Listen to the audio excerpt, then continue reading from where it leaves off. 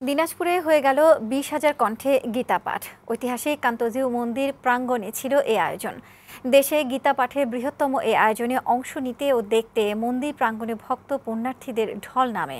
গীতার মাহাত্ম্য মানুষের মাঝে ছড়িয়ে দিতে এবং একটি সুন্দর সমাজ ও পৃথিবী গড়ার লক্ষ্যে এই আয়োজন বলে জানান আয়োজকরা। দিনাজপুর সংবাদদাতা একরাম তালুকদারের প্রতিবেদন, জানাচ্ছেন নুসরাত ইসলাম। দিনাজপুরের ঐতিহাসিক কান্তজিউ মন্দির প্রাঙ্গণে শনিবার দেশের বিভিন্ন প্রান্ত থেকে সনাতন ধর্মাবলম্বীরা আসতে শুরু করে। বেলা 11টায় জাতীয় পতাকা উত্তোলন ও প্রদীপ প্রজ্বলনের মধ্য দিয়ে শুরু হয় গীতা পাঠের আনুষ্ঠানিকতা।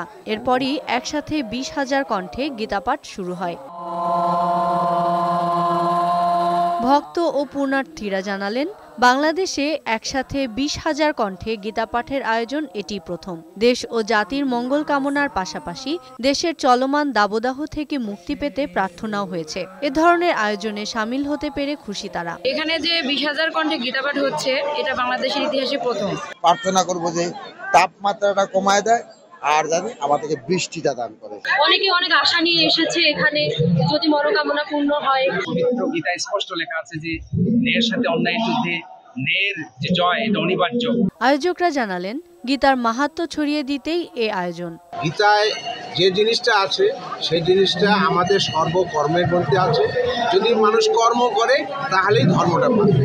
অনুষ্ঠানে প্রধান অতিথির বক্তব্যে ভূমিমন্ত্রী নারায়ণ চন্দ্র চন্দ বলেছেন, মানুষ যেন সৎপথে চলে এবং জনকল্যাণে কাজ করে এমন প্রবৃত্তিকে জাগ্রত করার জন্যই এই সহস্র কণ্ঠে গীতা পাঠের আয়োজন। এ ধরনের আয়োজন একটি সুন্দর পৃথিবী গড়তে ভূমিকা রাখবে।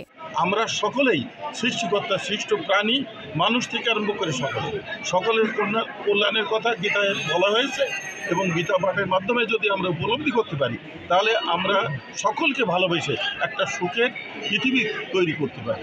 এই আয়োজনে অন্যান্যদের মধ্যে সংসদ সদস্য দ্রৌপদী দেবী আগরওয়ালা, হিন্দু কল্যাণ ট্রাস্টের সিনিয়র ভাইস প্রেসিডেন্ট মনোরঞ্জনশীল গোপাল, বীর মুক্তিযোদ্ধা মনোরঞ্জন ঘোষাল এবং ভারতের বিবেকানন্দ মিশনের অধ্যক্ষ ডক্টর মানস ভট্টাচার্য উপস্থিত ছিলেন। ডেস্ক রিপোর্ট, বৈশাখী সংবাদ।